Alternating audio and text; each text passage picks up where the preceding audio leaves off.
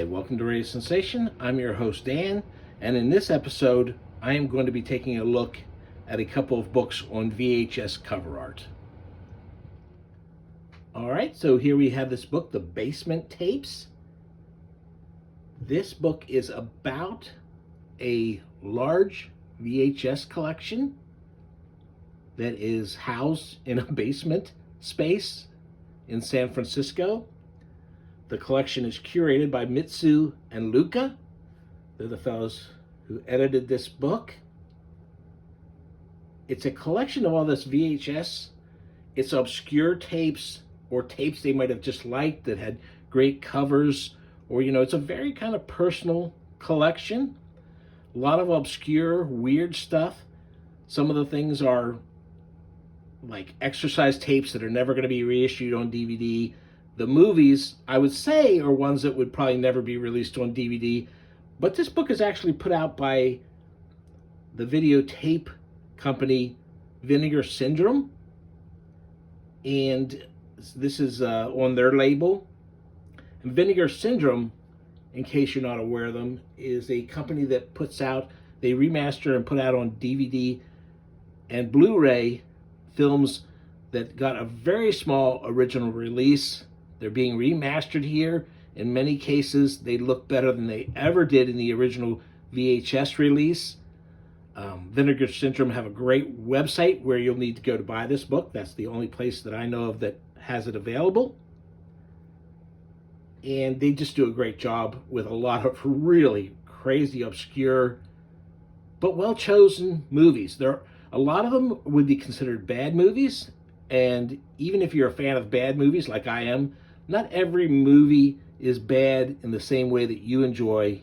Someone else is going to say, this is a great bad movie, whereas I might think it's not a great bad movie, and vice versa. So anyway, that's kind of an idea. Now, I found out about this book because these fellows appeared on the VCR Party Live YouTube channel, which is done by the Found Footage Festival crew, and this is a great look at these tapes. They go into this. There's not much writing in the book. They have the foreword. Each of the fellows gets their own foreword, and there's someone else does a short bit on it.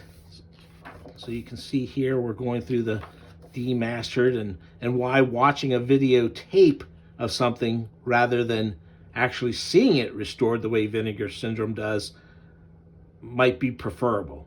Some of these movies look better if they're kept on their grainy, not great looking VHS versions. I don't know if I always agree with that, but hey. So here we start off. Now, it starts off with Lady Terminator. This is a movie that Mondo Macabra has put out a really great DVD. It's pretty well known as far as these type of movies go. And it had a fairly big VHS release, too, at the time. So this is a little different than most of the books in here. So one page, the front of the VHS, and then they reproduce the back. So you can read the synopsis and see whatever credits the company decided to put on there. Hopefully this glare isn't showing up too much. This new location I'm in is a little harder to keep the glare off stuff. I might have to invest in some new lighting. Then there's The Darkness, which really is super low budget and really has not been seen very much. And then it goes from that to Playful Puppies, which is just an odd... They just like the cover. Who doesn't like puppies? The Psychic, a very obscure horror film, but... And I have no idea what that's going to be like.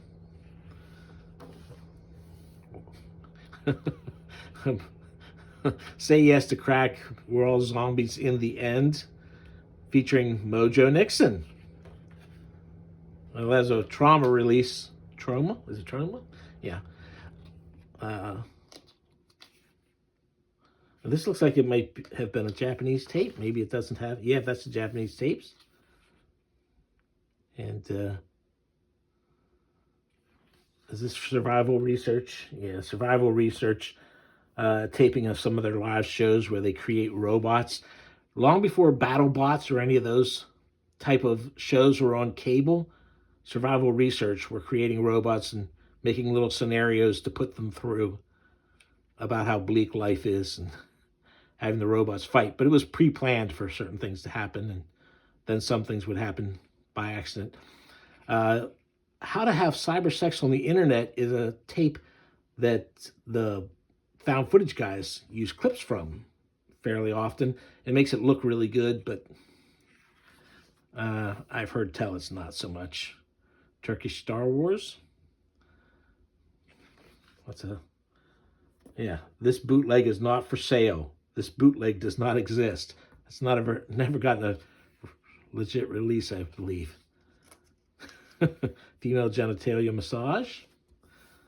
The obscure horror movie Body Melt. Deadbeat at Dawn. So there's an Andy Sidaris film. These are so readily available that it's not even funny. So like I said, it jumps back and forth between things. How much you're going to enjoy this, it's a very limited press. I think if you're into collecting books on videos, you might want to jump on it. I think it's a lot of fun.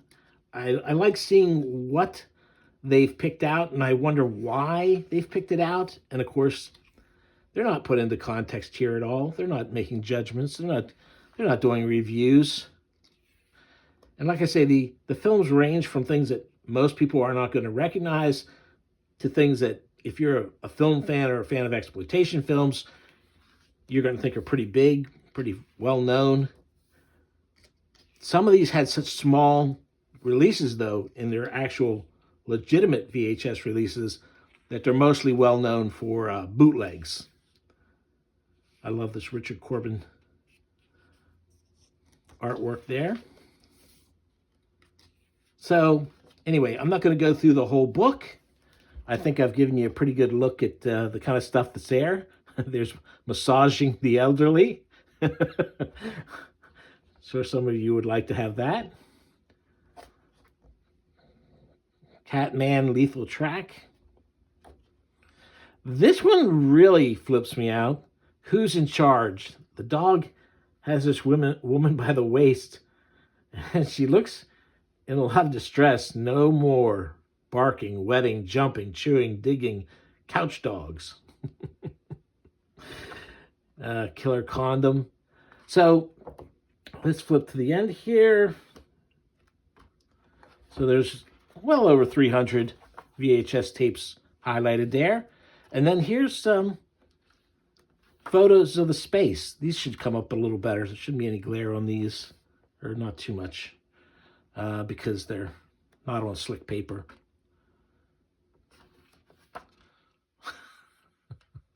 They also make t-shirts sometimes, just in case you thought this was just dirty laundry piled up. So they say they have over 3,000 tapes. I don't see 3,000 tapes here, but I don't think we're seeing the whole thing. Maybe you can... That is a weird mask. There we go. Oh, it looks like they might have a bunch of stuff boxed up. Who knows? Yeah, this could definitely be 3,000 tapes. I can't get a... There's the setup to watch the VHS on. Anyway, like I said, this is a very limited edition. You can only get it at the Vinegar Syndrome website. I'll put a link down in the comments. And there you go. So there's a look at the basement tapes. When you go and try and look this up, of course, you're going to get a lot of Bob Dylan links if you don't go directly to the Vinegar Syndrome site. Okay, so this book is a bit of a cheat because even though it's called VHS Dreams, it's a little misleading because these are not the covers of VHS tapes. These are, in fact, artwork done to promote the public showing of videos in Ghana. Now, some of you might be familiar with that, but for the people who aren't, I'll give you just a tiny rundown on it. These are posters that were originally made. It says, "The Art of Ghana's Mobile Cinema," curated by the Deadly Prey Gallery. And this is done in conjunction with the Beyond the Streets, who do tours and exhibits and stuff. They have combined talents here. And here is a VHS Dreams. This is a little rundown of the history. Ghana's mobile cinema. So in parts of Ghana, which were very poor, people didn't have access to their own VCRs. Their towns couldn't support a cinema. So the only way they would see things is these people would roll up with a portable VCR, and sometimes they had to bring a TV with them. And they would run this sometimes off of a generator that they had to provide too. And you can see on here they're advertising the movies that they're going to be showing. There's another shot here somewhere. Okay, this is a better shot of the side, and you can see that there's 2 action films, probably US or maybe Euro, and then a local movie. And so they roll up and show these, and you can see that these canvases they printed on, they're not printed, they're painted rather. Everyone was an individual painting, and they often use burlap sacks or old pieces of cardboard, thick cardboard, so not what you would really consider a great canvas. But they would do the posters, and you can see there's one of the artists. This book collects a bunch of posters. Some of these were actually, the heyday of these trucks rolling around like this in Ghana was the 80s and the 90s. And then things started to change there. And as they changed, the need for these hand-painted posters diminished. And these artists who did these paintings, and here's one of the fellows, they kind of lost their livelihood, or at least to do this type of painting. And so what Deadly Prey has done is they had gotten some of these, they fell in love with them. A lot of people fell in love with these and were tracking them down, trying to collect the original paintings. And like I said, there are several books already on the subject, people buying these collections up. But what Deadly Prey did was they went to these artists and they commissioned work, new work from these people. So they would have people who would say like, "Oh, I want a poster done in this style for such and such a movie." And so a lot of the posters in this book are not the originals.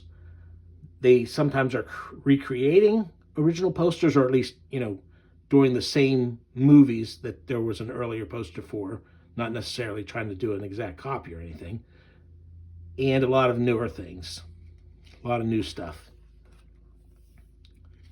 And this reminds me, back in the day of the VHS tapes, you would go there, and some of the VHS covers you would see in the store were so amateurish, but they would have a wild kind of energy. And I would love that. I mean, sometimes, yes, the movies were real garbage.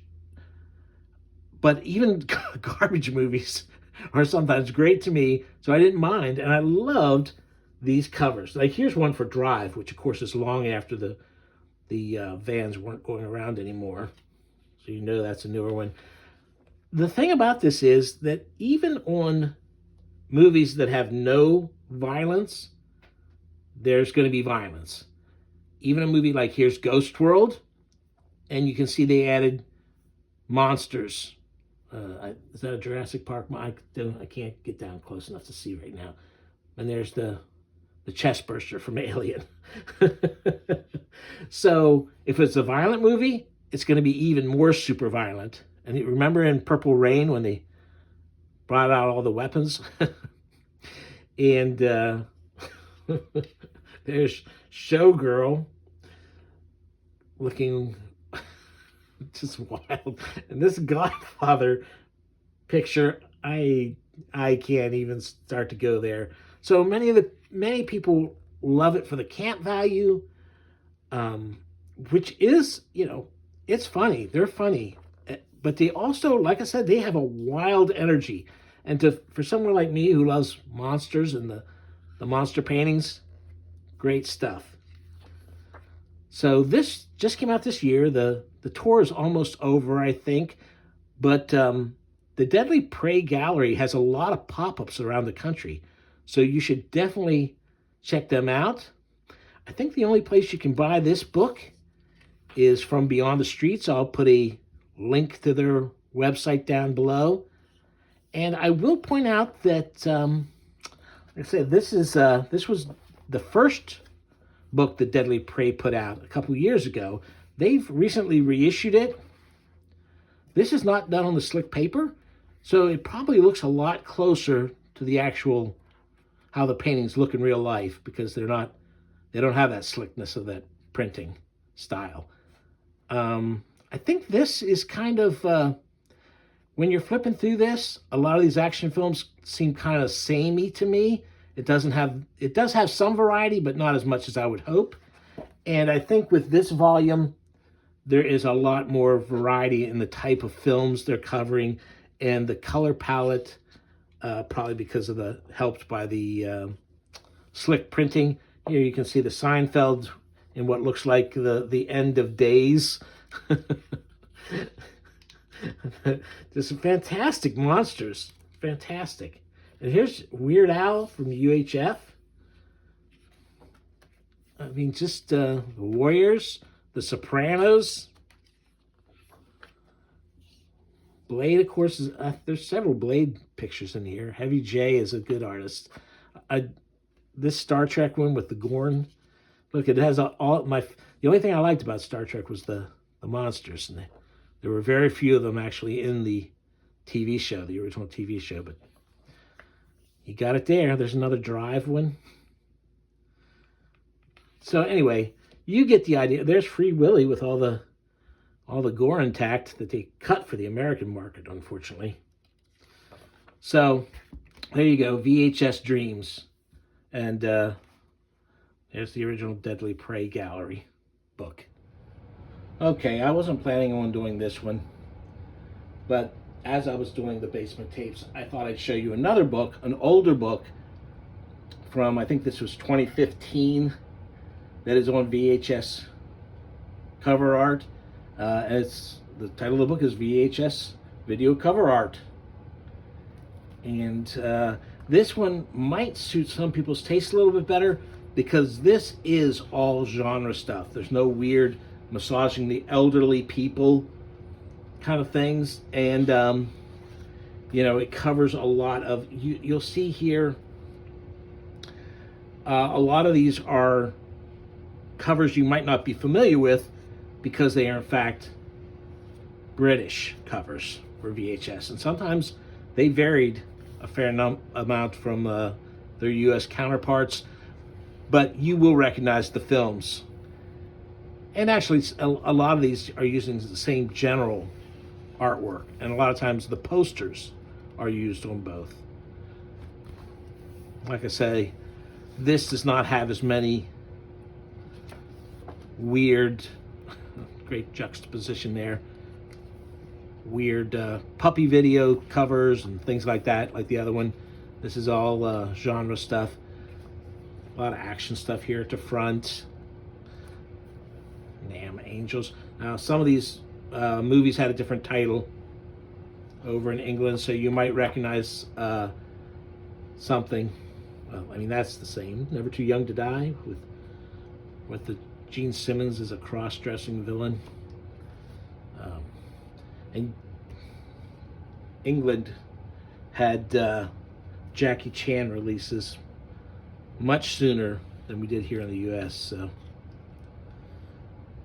many of the bootlegs that people had were from those foreign ones, foreign releases. There we go. Flash Gordon 2. I don't know if I don't think I ever saw Flash Gordon 2. I really like Flash Gordon 1. Just called Flash Gordon, of course. But here it's got raunchy comedies. For those of you who are missing out on those.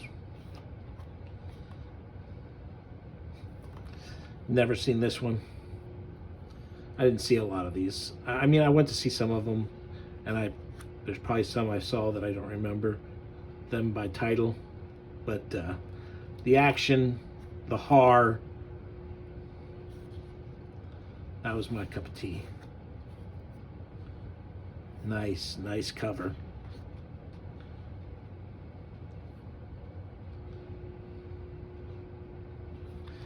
Okay, like I said, this is an older one.